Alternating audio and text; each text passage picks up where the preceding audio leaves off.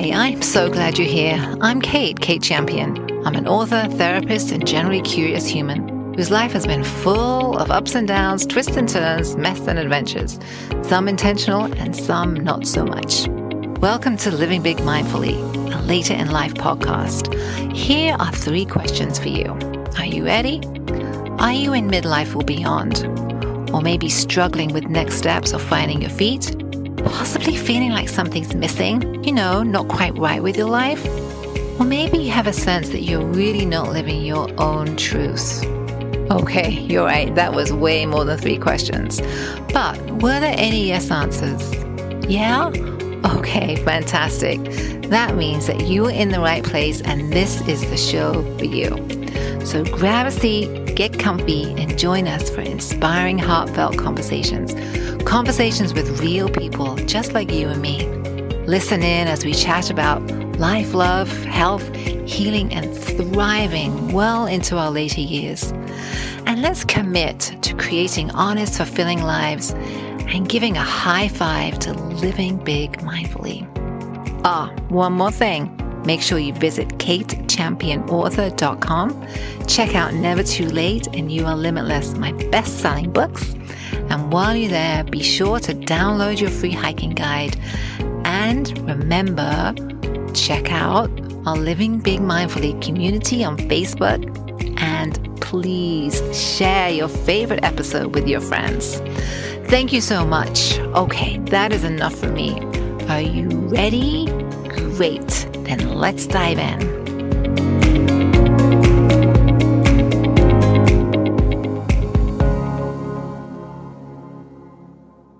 In today's episode of Living Big Mindfully, we are exploring intuitive eating with Deanna Kozarov. Deanna is on a mission to help people realign their relationship with food and to take back health and wellness from the diet culture. Perfect timing as we head into the holiday season, right? Deanna starts out with sharing a bit about her personal story, which takes us all the way back to her teens, and she tells us more about her entry point into the diet world and the effect that it's had on her life. We chat about diet culture, how pervasive it is today, and the mental, emotional, and physical toll it's having on many people. Then we take a deep dive into intuitive eating, what it is, what it isn't, and how we can begin to create healthy relationships with our food again. Listen in and learn about how to get off that diet hamster wheel, how to identify the shaming, blaming thought loops many of us are stuck in, and the number 1 thing you must begin to shift if you are ready for a change. We talk about food freedom, the importance of self-compassion, and being mindful about the language we use around food. Throughout the show, Deanna shares so many powerful tips and strategies, including her 3 actionable steps that you can totally begin to use today. Deanna rounds things off with some wise sage advice, which I happen to very much align with. And this week, definitely check out the show notes. Deanna is offering listeners a special gift, her starter guide to making peace with your plate at no cost. So make sure you grab your copy, plus there will be more links to books and other helpful resources. As always, thank you for listening. I appreciate you, and please enjoy the show.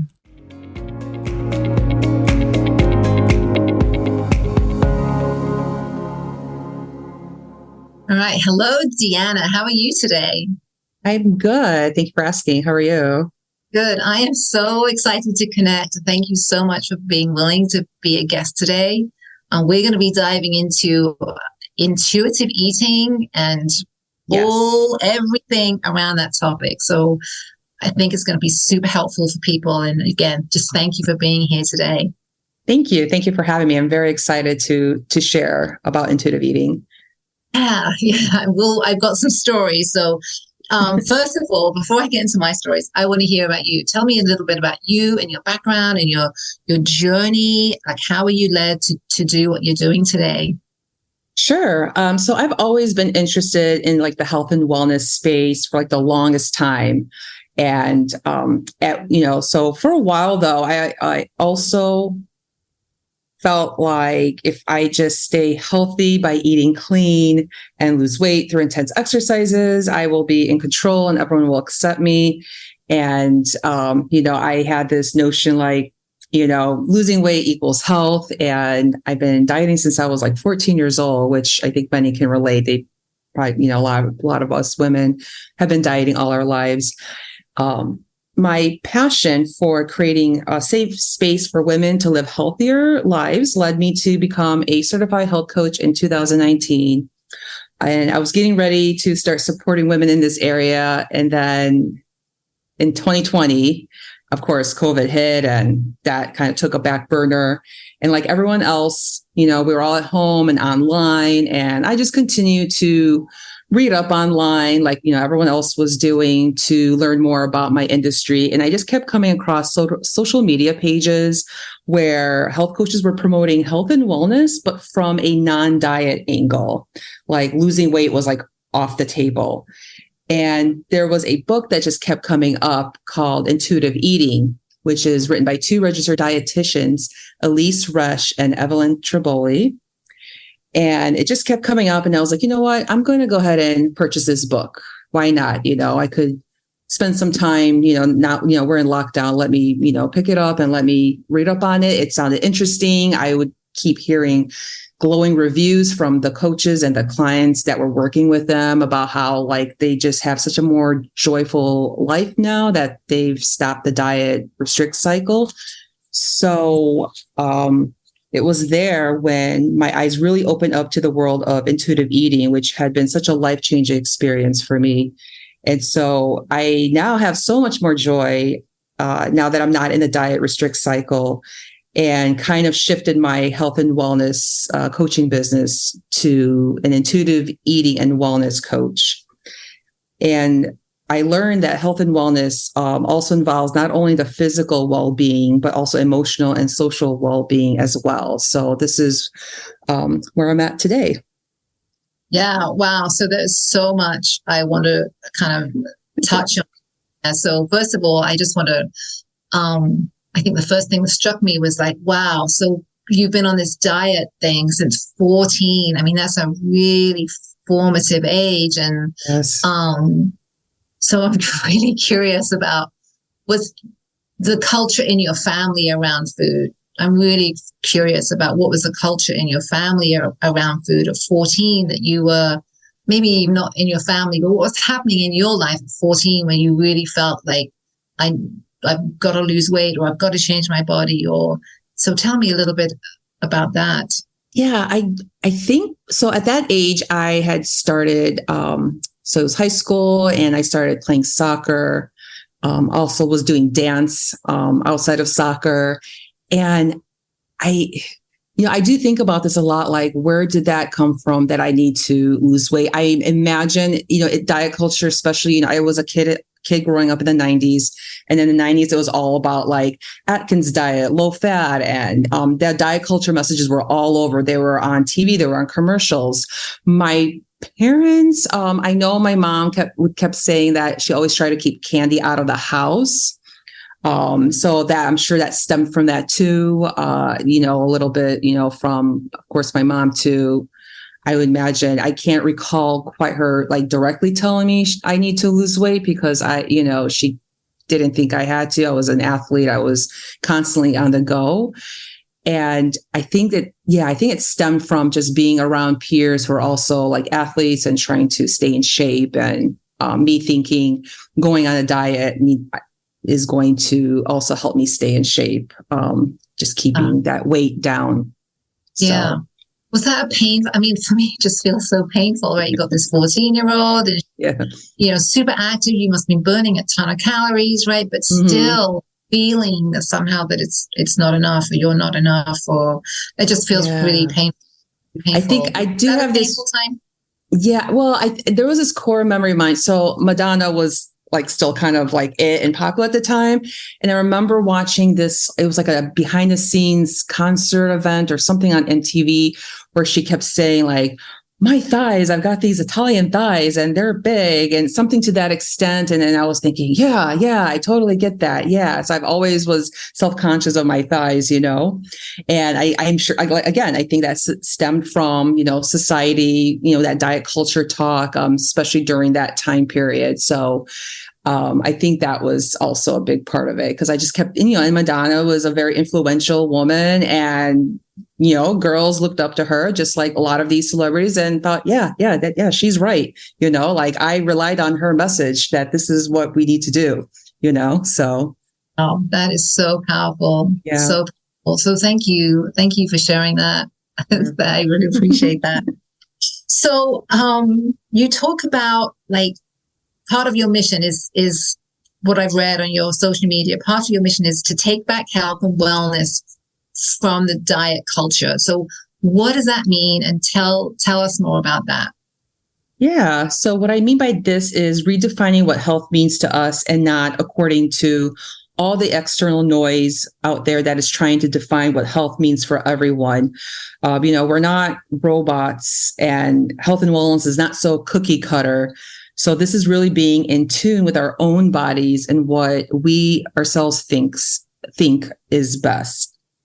So diet culture tries to dictate how we should eat, that we aren't worthy unless we shrink our bodies, that we are not good people if we don't hit the gym every day for hours on end trying to be small. And I want to help women take back what health means to them, not what society thinks what health is, and not solely only as a way to lose weight would be the only way to be healthy. So whatever healthy means for them, not people outside of them. So.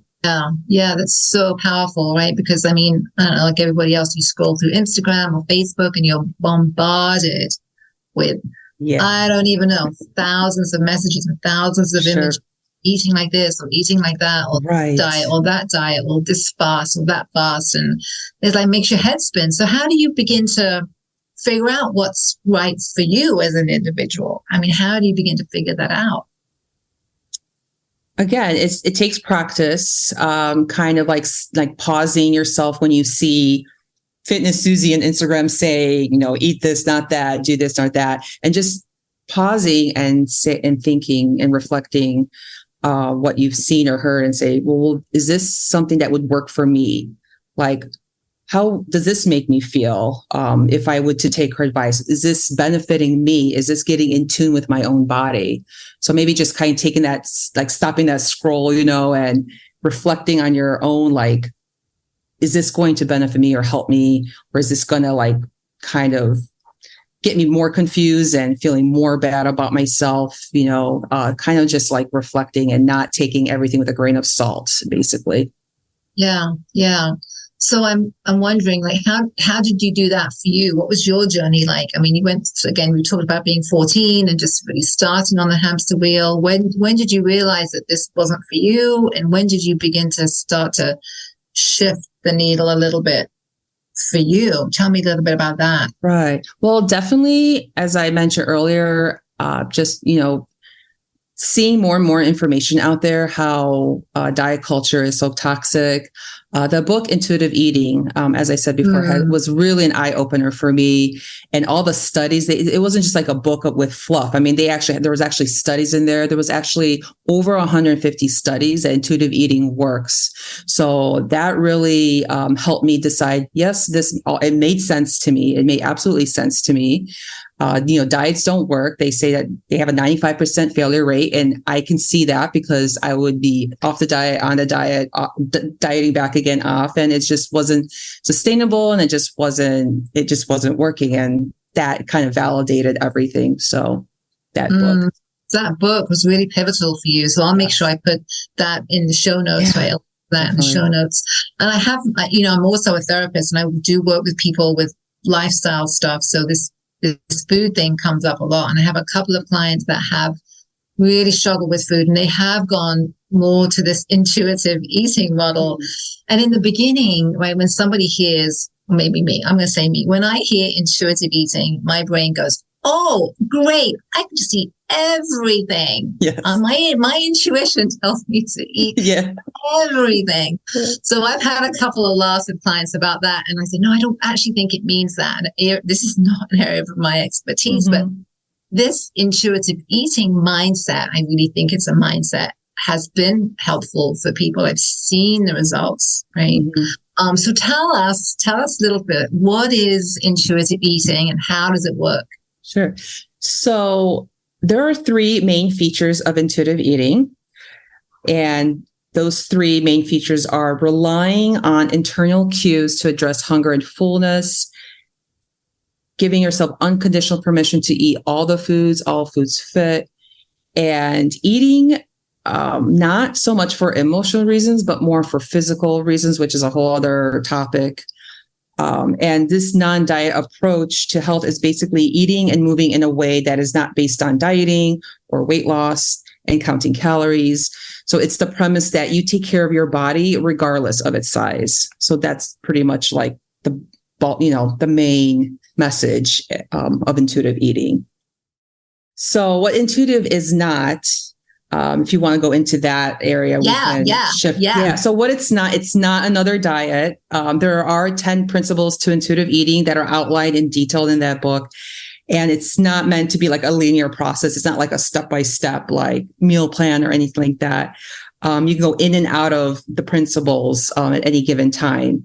And it's not also, one of the main misconceptions is like, it's been mislabeled as a eat whatever you want diet, which is like far from the truth.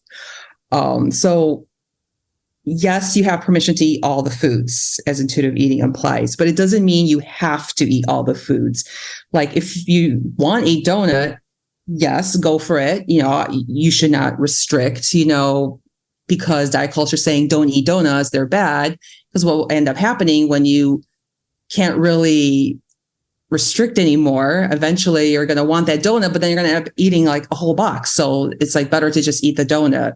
But it doesn't mean you have to eat the donut if you genuinely do not like donuts. If you generally do not like donuts, it's fine. Like they're not going to come after and be like, oh, you're not intuitive eating. It's like, yes, you are, because you don't really like donuts, then don't eat it. So that is like the misconception that like just because intuitive eating tells you can eat whatever you want, it doesn't mean that you have to eat everything and anything if it doesn't feel good to you. So it's not, again, that was really helpful for you to say it's not a diet. It's not, this isn't another diet, right? Yes. This is a lifestyle, I guess, or a mindset. Yeah, it's like a self-care framework, basically. Got it. And it looks words. Like I'm trying to put it into my life. So it looks like, kind of checking in. What does my body need? And then maybe making food choices on what you feel like your body really needs in that moment. Yeah. Like if a food doesn't make you feel so great, whether it's tomatoes or cookies, you were honoring your body by not having them.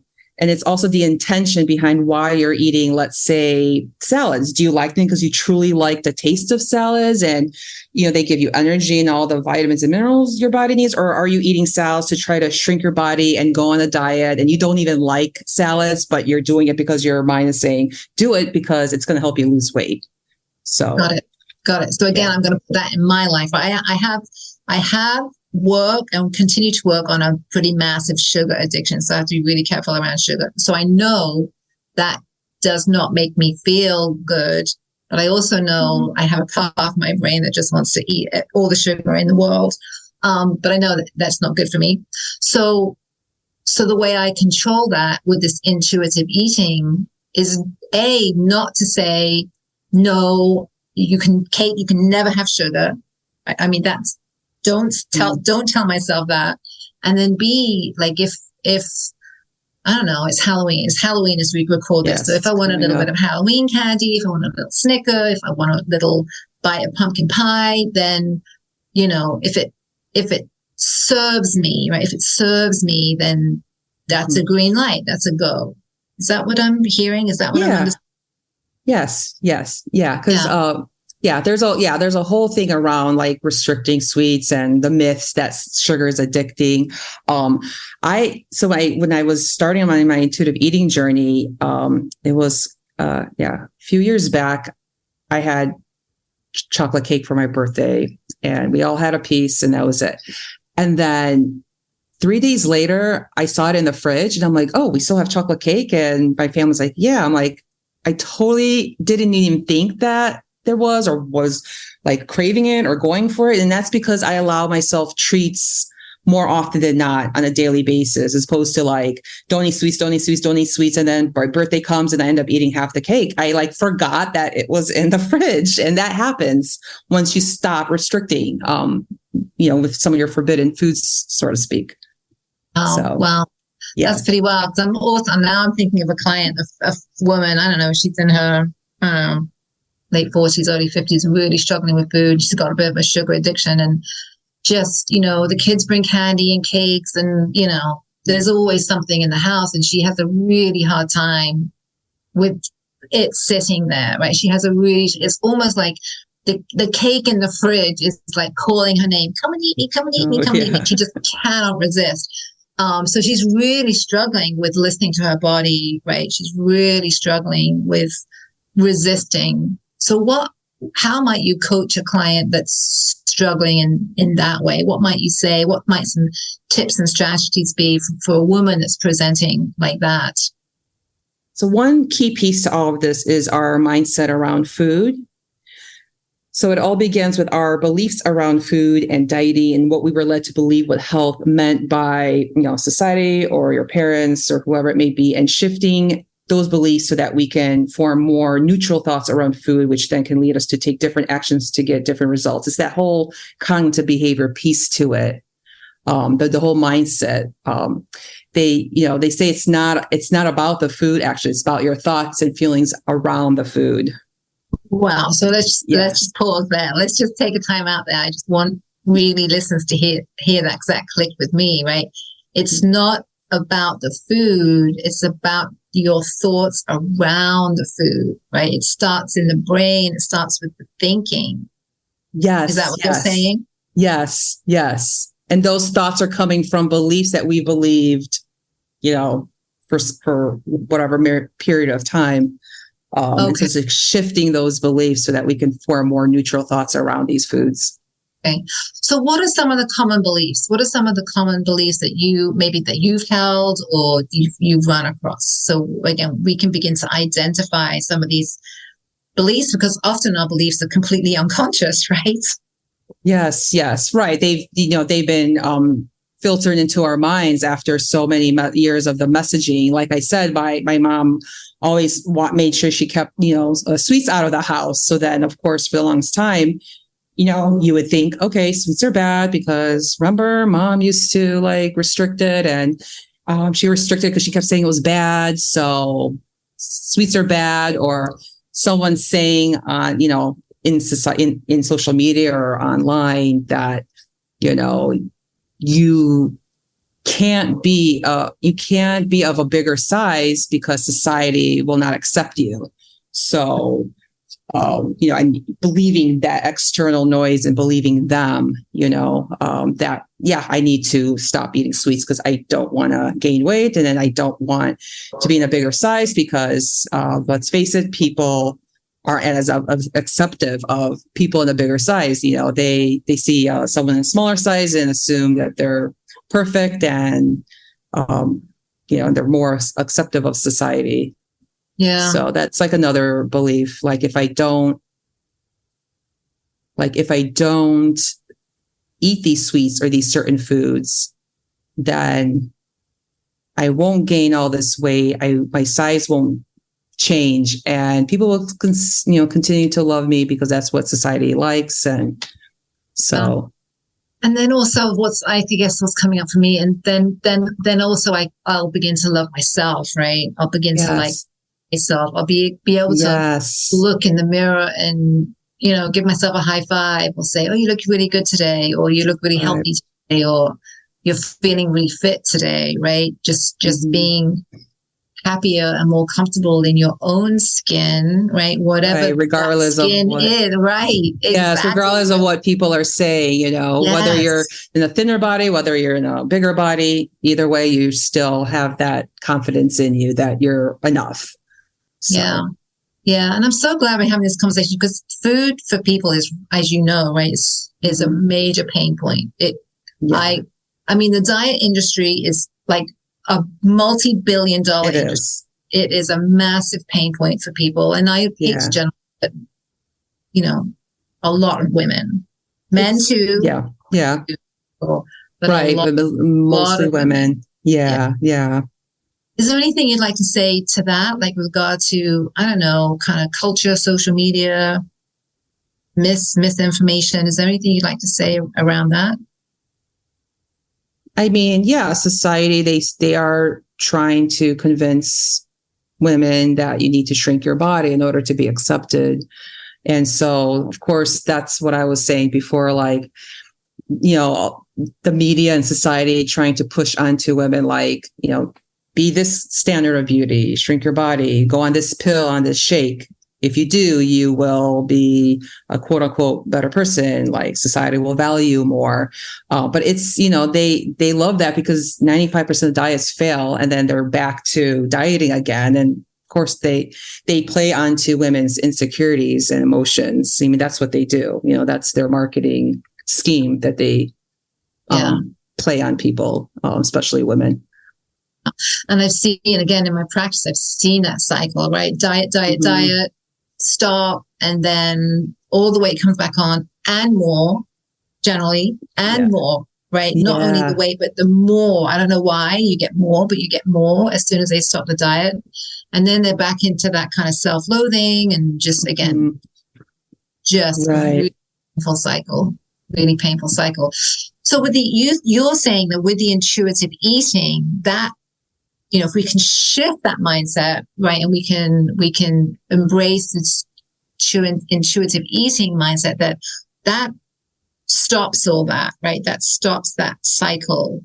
Is that my understanding? Yes, I think it's more effective when you look at it at the beliefs and thoughts level, because just going straight to the actions and trying to change just the actions. I mean, it may work for a while, but eventually it's not going to work if your mindset is still like thinking that it's bad to like not diet. Okay. So again, I'm just knocking my head here. So again, we're so conditioned. We're so conditioned to think about the diet. Right. Yeah. It's not like a flip of a switch. Like, if, it's not an overnight thing, Yeah. We're so conditioned to think about the food, right? And the behavior, the action, but there's another level. The level is the thinking and the beliefs, right? Right. So definitely. how do we, that was a total light bulb moment for me. So how do we begin to reshape these beliefs? What do we do to begin to reshape the thoughts and begin to reshape the beliefs? Give us some help here. Sure. So, one of the very first principles that they talk about in the Intuitive Eating book is reject the diet mentality. Just like establishing that belief that diets don't work. It's been proven that they don't work. There's a lot of information now that's starting to come up about, about how dieting doesn't work and diet culture has, a strong hold on people. And even on our family members, even, anyone that talks to you about like dieting or, fat shaming, as they say sometimes, and just really not be upset so much, but the first principle of intuitive eating, she says, I get angry at diet culture, which yes, but more so like be more compassionate. Like, yeah, they're, stuck in that diet culture hamster wheel. So I don't blame them for believing that they still feel like they need to lose weight and shrink their bodies. They're stuck in that diet culture wheelhouse too, So it does take, and it does take practice. It's like I said, if you've been dieting all your life, you're not going to all of a sudden become an intuitive eater. It takes practice, just like anything else in life. Right. So. Right. So step one of the, you mentioned these 10 principles. So one of the first principles is reject diet culture and just begin to hate the word reprogram, but I'm going to use it. Yeah. Reprogram that belief, right? That don't have to follow this diet culture, and we can create our own, I guess, way of intuitive eating, right? Yeah, like more neutral thoughts, around neutral food and thoughts. Dieting and neutral.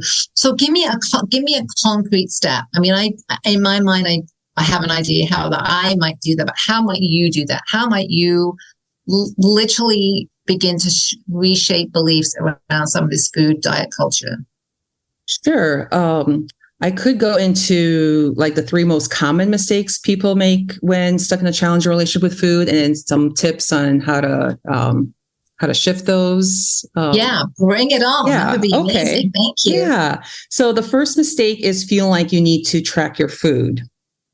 So it's normal to think the solution is to track, measure, and count everything you eat. And this is what diet culture teaches us. So when we ignore our body hunger cues, this can cause us to feel hangry. I don't know if you've heard that word, hangry, or experience what's called like primal hunger. Because when we're overly hungry, it's likely we will overeat. So it's the body's protection on the cellular level. It thinks you're in a famine state. It doesn't know that you're dieting. It doesn't know the difference. So a quick tip there. So solution is to honor your hunger cues. So eat at regular intervals, like 3 to 5 times a day, and include all the food groups, the proteins, the fat, the fiber, the carbs. And this will help you stay fuller longer, help you stay satiated. I want to stop here. Let's have a timeout. So the first step is stop tracking food, and then follow your hunger cues. Yes. Now I'd like to say that I believe, tell me if I'm wrong, I believe people have completely lost touch with their hunger cues. Yes, absolutely. I think it's like people have completely, not all, this is a generalization, people have completely lost their gut, like intuition, right? Right. Yes. But we do have hunger cues. We were born with hunger cues. Yes, right? We were born as part of our amazing body and equipment, right? We were born with hunger cues. So how might somebody get in touch with their hunger cues again? Well, again, it takes practice. It takes eating more often than if you're only eating like once a day, or you're going hours without eating again. It's time to, reevaluate and start practicing eating more often, like I said, 3 to 5 times a day, instead of once a day, for example. And that will eventually like come back. It's not going to be like an instant flip of the switch, but it does take practice. And eventually your body will trust you again, be like, oh, okay, like, let me give Deanna a hint that I'm hungry again. Because if I do, she's going to give me food and I'm going to be all good. And making sure you're not cutting out any food groups, like making sure you're including the proteins and the fats and the carbs. Carbs are not evil, to help you stay more satisfied for a longer time. And then eventually it will eventually come back. So it takes time and practice and getting your body to trust you again. Okay. That you're gonna feel it. That makes a lot of sense. So it is really about, again, it's about going inside, right? It's about taking that breath. Yes. What am I feeling? Am I really hungry here? Yes. Or do I really feel like this? Or am I just bored? Or am I thirsty? Or, right, all those other, like, really checking in, right? Really learning to check in self. Yeah. So you mentioned 3 tips. So that was tip 1, stop tracking food. What's tip 2? The tip 2 is labeling foods as good and bad. So, which is a big one. Tell me more. I have a client came to my mind. We have worked on that so bad. This is bad and this is good. Please share more about that. I have a lot to say on this one. So there's nothing wrong with being interested in and taking care of your health. No doubt about it. However, when we take these food rules to an extreme, like constantly scrutinizing every food situation, including what others are eating, it's easy for our behavior to become like obsessive and rigid. So this hyper focus on being healthy can take us out of the joys of life. Like social events become extremely stressful as we worry if the right foods will be there. Like simple joys like getting ice cream cone, like with the kids after a baseball game, for example, can cause like loads of stress and guilt instead of fun and enjoyment. So at some point, these food rules become so difficult that we can't stick with them. So let's talk about something probably a lot of people have experienced, which is a very common cycle of going on a diet or clean eating plan for a period of time, going off of it, and then eventually going back on the same diet or another type of diet. And this is called the diet cycle. And so what we do, we all start out with good intentions to like eat clean and healthy, and we follow the rules and restrict food for a certain amount of time. And sometimes it feels easy to do in the beginning. But during this deprivation period, our hunger and cravings increase. And eventually, whether it's what's termed lack of willpower or just feeling tired, we go off the diet or food rules and overeat or eat foods that were forbidden on the diet. So then following this eating episode, there are feelings of like guilt and shame and, lack of control, which leads us to like step back into the food plan so we can feel in control again. So one of the first steps is removing the polarizing good and bad food labels that create the mental diet cycle instead approaching food from a space of like emotional neutrality. So, wow. Yeah. And so studies have shown that when all foods are allowed, they become less emotionally charged or exciting. And when your body is biologically nourished because you aren't limiting your food intake, you will obsess less about food. So, and I have a tip on that as well. If you like to go on. That's so, but I just want to pause for a minute. That was so powerful, right? It's a good one. The emotion out of the emotional like take the morality out of it. There's no such thing as good or bad foods. All foods serve a purpose to an extent. It's like feelings, right? There's no good or bad feelings. And people also put feelings into buckets, but there's a whole nother episode. But it's the same thing, right? It's just, this food is just food, right? It's provided by the planet. It's provided by the farmers. It's provided by nature. There really isn't. Think about it for a second. Think about it. There is no good or bad food. It's just food. It's just food. Yeah. Yes. Wow. Okay. Give us the tip. What's the tip? So here's a pro tip that I teach my private clients to help them to start looking at foods as neutral. And that is to observe the words you use to describe your food. Like, are you labeling foods as good, bad, healthy, unhealthy, poison, toxic?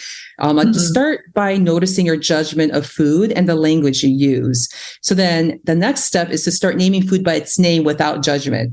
This is a slice of bread, chicken breast, jelly beans, broccoli, instead of giving it morality to it. Wow. Yeah. That's huge. So I'm going to full disclosure here. You've totally busted me on something because I've had to really work hard on the sugar addiction. I literally, in the supermarket, if I'm down the cookie aisle, the sugar aisle, the sweets aisle, I literally say to myself, sugar is poison. I'm not putting that in my body. I literally say that to myself. I look and I get a little voice. Oh, that'll be good. Sugar is poison. I'm not putting that in my body. And so that's probably horrible, right? That's probably. But it's not your fault. You probably heard it from somewhere and took that belief, and it's society demonizing sugar. And yes. And because it's been such a struggle, right? And it doesn't make me feel good. So I really have demonized it. So full disclosure there. All right. What's tip number 3? Yes. So tip number 3 is mistake number 3, first off, is rarely making the space to truly enjoy your food. So, we all have done it, eating at your computer, driving, or watching TV. These are all normal everyday activities for many people. It's normal. We live busy and on-the-go lives. But when we don't have time and space to like truly enjoy our food, we don't actually taste what we're eating. Our satisfaction decreases and we leave meals wanting more.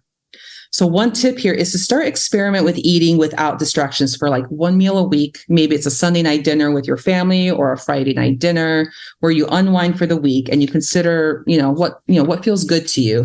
So for your distraction-free meal, set the intention to make eating and your food like a special experience. Set the table, light a candle, put on some calming music. When the weather's nice in Chicago, I like to take my meal outside, maybe have a little picnic. Those kind of things. So, maybe at least, start off with once a week and try to eat distraction free. Yeah, that's lovely. And I probably so needed right today. Oh, yeah. I do it too. I do it a lot. Also, we've all done it. Yeah, like you get that meal in front of the TV, or you're scrolling while you're shoveling in your or whatever. Right. Yeah. So those are 3 amazing pro tips. Thank you so much. Is there anything else you would like to add today? Is there anything that I should have asked and didn't ask? Anything else you'd like to add today? No, the only thing is that practicing eating intuitively takes time and, patience. And if you have been dieting all your life, then this isn't something that will happen overnight. This is something that you have to practice, and don't beat up yourself if you can't, get it right at the beginning. We've all been there. So it's totally normal if you're kind of like still having that diety mindset and trying to practice intuitive eating at the same time. You're not bad or good for that. It's normal. We're all humans. We're all imperfect humans, and just take it with stride and take your time and find additional support if you feel like you need it, or, get in communities that have that same like mindset around intuitive eating to help with that too, and ask questions. And it takes time and practice. So how long, kind of personally for you, how long is this journey? Where are you in this journey, and how long has it kind of taken you to really reframe kind of this diet culture and this negativity around food, or good, bad food? How long has it really taken you, do you think? I want to say it took me a good solid like year and a half, maybe even 2.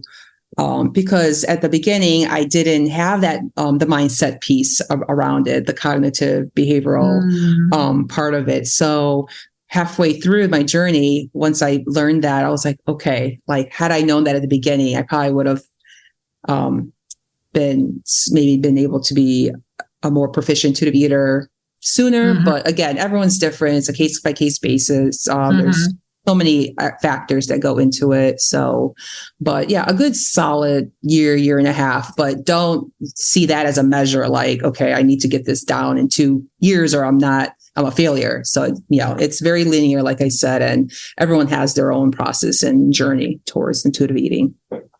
And once you're eating intuitively, then it's like a lifestyle, right? Then it just becomes what you do. Yeah. It just gives you that mental space to, not instead of thinking about food all the time, to enjoy other things, picking up hobbies and, actually enjoying when you're going out with meals with friends, not being, stressed about it. And you just kind of free up a lot of that mental, emotional space to enjoy other aspects of your life, because it's not surrounded so much by food. Yeah. So has that been your experience, your personal experience, that it's just really kind of free? I mean, now I'm hearing freedom, right? You've kind of food freedom. Freedom. Is that what this has done for you? It's really, you cut some of those ties and really feel much freer around. Yeah. Absolutely. I go into, places without like, okay, is that going to be a lot of calories, or why did I eat that? Or even if I overate, we're not, just because I'm a coach doesn't mean I'm like this perfect robotic human. I just get curious. So why did I do that? Why did I polish that bag of chips? Well, what's happening? Oh, I didn't eat until like 3:00 that day. That makes sense. Not going to beat myself up over it. So it has, increased my self-compassion and lessen my judgment, and instead increase my curiosity around food. Yeah. So instead of jumping into that kind of shame cycle that you talked about earlier, right? You, I don't know, like you said, eat the bag of chips, or me, eat the cookies or whatever. Instead of jumping into that shame cycle, now it's more like, okay, what was that about for me? So the curiosity, right? Yes. Curiosity over judgment, I say. I love that. Yeah. So much information. Thank you so much. So the last questions I ask everybody is, if you had one piece of sage advice about living intentionally, what would you share with listeners? That is to be more curious and compassionate with yourself, instead of judging yourself, whether that is with food, with the way you move your body, and even just living day to day. Turning inwards instead of outwards on what you need at any given time will help you live more intentionally. I love that. I have to tell you, I believe self-awareness is the number one, right? If you have to work, right, if we're personal growth, development, self-awareness is key, right? It is, I think, for everything, including what I'm hearing today, right. Food, right? That's self-awareness. Yes. Beautiful. So, Deanna, where can people find you, right? Where can people find you and how can they connect? So they can connect with me over at, I have a website, DeannaKozarov.com. And I don't know if your audience would be interested in a free resource. So I can provide, with that link. It's a starter guide called Making Peace with Your Plate. And it goes into more of what we've talked about and some additional tips in there. So that, that's another way I could, we can connect, is providing a free resource if your audience, if you think it would be of interest to them. Yeah, thank you. That is so generous. I will totally take you up on that, and I will add that link into the show notes. So make sure that you check out the show notes, because there is a free gift from Deanna today. So make sure you take advantage of that. Yes. So thank you so much for coming on. We've got Thanksgiving around the corner, so I'm hoping I'm gonna try and get this out around Thanksgiving so people can really have perfect timing guide. Right. Yes, the holidays are coming, which means food, family, seeing family members that mean well, but Yeah, all our triggers will be coming out to haunt us. Right? Oh, yes. It's going to come in full force. It's starting next week with Halloween. And now here we go. We're on the holiday train. That's right. So everybody go download her guide and start out with good intention. Yes, exactly. Awesome. Thank you so much for your time today. It's just been a pleasure. Yeah, same here. Thank you so much for having me. Thank you so much. Take care. Thank you. Bye. Thanks so much for listening. I truly appreciate you and your time. I love to hear from listeners, so connect with me at katechampionauthor.com. Remember to grab your free hiking guide, and please take a quick moment to rate, review, and subscribe to the show. Thanks so much. Take care. Until next time.